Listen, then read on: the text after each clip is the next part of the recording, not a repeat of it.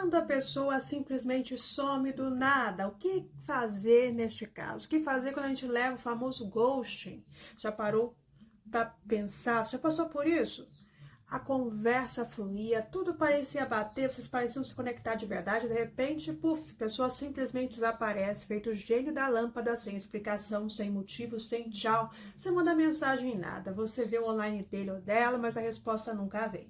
Ou pior ainda, a pessoa te bloqueia. Aí você fica com aquela sensação horrível de rejeição, como se tivesse feito algo errado, né? Mas calma, calma aí, porque hoje eu vou te contar o que é o famoso ghosting e por que as pessoas fazem isso e o que a neurociência diz que você deve fazer para lidar com essa situação sem se destruir emocionalmente. Então vamos lá, o que é o ghosting, Thaís? De forma simples e indireta. O ghosting vem de ghost, fantasma, é quando alguém simplesmente dá no pé, desaparece de fininho da sua vida sem dar nenhuma explicação. Como um fantasma mesmo que evapora no ar. Te dá aquele famoso chá, mas não o chá bom, né? O chá do sumiço. Pode acontecer depois de alguns encontros ou até mesmo quando vocês ainda estão conversando e tudo parecia estar bem. Mas sabe o que muita gente não sabe? É que o ghosting é uma forma moderna de fuga emocional. A pessoa muitas vezes não sabe lidar com o que sente, não quer lidar com desconforto, não quer conversar sobre os sentimentos, muitas vezes não tem maturidade suficiente para dizer não ou para dizer aquilo que incomoda e conversar. E simplesmente escolhe o caminho mais fácil, que é o quê? Desaparecer. É covarde? Sim, pode até ser. Mas infelizmente é cada vez mais comum na nossa era de hoje, das relações líquidas e superficiais, do tanto faz, que muita gente acaba assim fazendo isso. Principalmente quem não quer nada com nada. Mas então, o que acontece com a nossa cabeça quando a gente sofre esse tal desse ghosting? Quando alguém some sem explicação, nosso cérebro entra em modo de busca por fechamento emocional. Ele fica encasquetando naquilo, chamado ciclo de dopamina interrompido. Você esperava uma resposta, um desfecho, um diálogo, isso não acontece. Então o cérebro interpreta isso como rejeição, dor e perda, liberando os mesmos hormônios de dor de quando você passa por um luto. Por isso você pensa na pessoa o tempo inteiro, você sente falta, você se angustia, você quer respostas. Isso machuca, né? Gera na gente aquela ansiedade emocional não resolvida. Você quer preencher um vazio que o outro deixou. Ok, Thaís, eu entendi, mas sabe qual que é o maior erro que quase todo mundo comete? A primeira reação é tentar entender. Você manda mensagens, pergunta se a pessoa está bem, tenta se justificar as atitudes da pessoa, tenta reabrir contato. Mas quanto mais você corre atrás, mais o seu cérebro reforça o papel de quem foi deixado para trás e você se sente o quê? Trouxa. E adivinha, isso te coloca num estado de dependência emocional, numa deprê, onde você precisa da resposta do outro para se sentir em paz. A neurociência mostra que esse tipo de comportamento ativa o sistema de apego ansioso. E você entra num ciclo vicioso. Quanto mais o outro te ignora, mais você quer entender. E aí há muitas vezes aí que você se sujeita a continuar insistindo, mesmo sendo ignorado e até se humilhando. É aí que se forma a famosa dependência emocional tóxica. Mas quer saber qual que é a real sobre quem faz isso? A verdade sobre quem te dá ghosting? Quem te dá ghosting nem sempre é frio, calculista, manipulador ou malvado da história.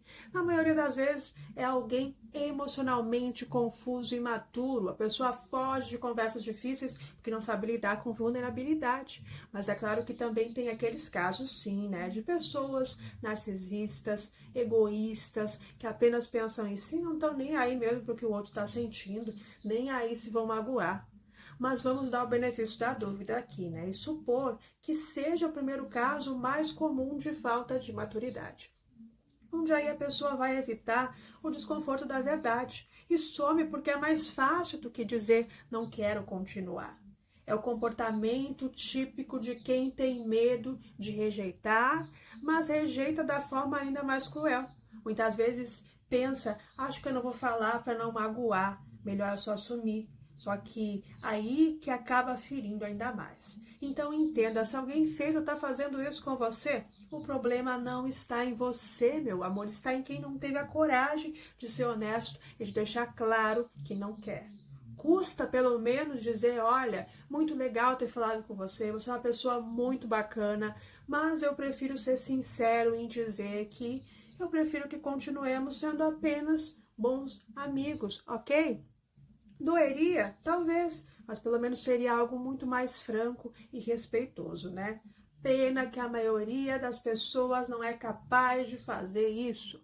Mas então o que fazer, Thais? O que fazer quando alguém dá ghosting na gente? Então vamos para 10 passos práticos. Primeira coisa, aceite o desaparecimento como resposta. Silêncio já é resposta e diz tudo o que você precisava saber. Segunda coisa, não insista. Mandar mais mensagem só reforça o poder do outro.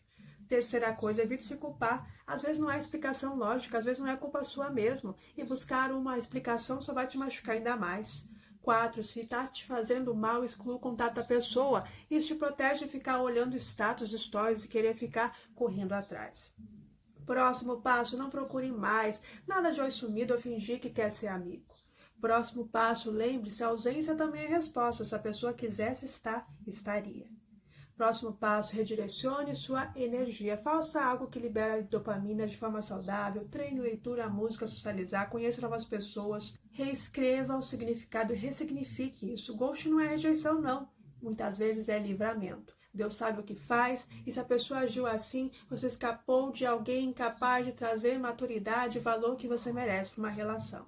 Não tente atingir o outro. Mostrar que está bem só para provocar, mantenha o elo emocional. Faça por você. Use isso como filtro. Aprenda a reconhecer os sinais de maturidade emocional desde cedo. Uma próxima vez, isso servirá de escola para você não se demorar onde perceber que não existe reciprocidade e, sobretudo, respeito. Esses passos ajudam o seu cérebro a fechar o ciclo emocional, permitindo que você pare de buscar respostas e comece a liberar espaço mental para quem realmente quer ficar e te merece. E por fim, entenda, ghosting dói, porque mexe com o seu ego. Você sente que não foi suficiente, mas a verdade é que nunca foi sobre você. Foi sobre alguém que não teve coragem de lidar com sentimentos reais. Então não procure quem sumiu e quem não foi capaz de valorizar a tua sinceridade. Não perca tempo caçando fantasmas, seja presença para você mesmo e lembre-se, quem some sem motivo sempre volta quando percebe que você não quer mais ou já não está esperando. Mas quando isso acontecer, o ideal é que você esteja tão bem que não faça mais nem questão de responder. Então, foca nisso. E se esse vídeo te ajudou a entender sobre o ghosting, como se libertar desse tipo de dor tão cruel, deixa o like, se inscreve no canal, compartilha com alguém que precisa ouvir isso hoje.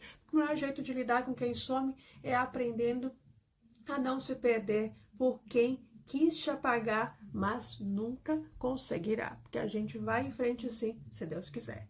Então, deixa o like aí, compartilha com os amigos, confere nossa playlist que está aqui em cima com mais dicas que com certeza vão te ajudar. E a gente se vê no nosso próximo vídeo. Espero você, beijo grande e até a próxima.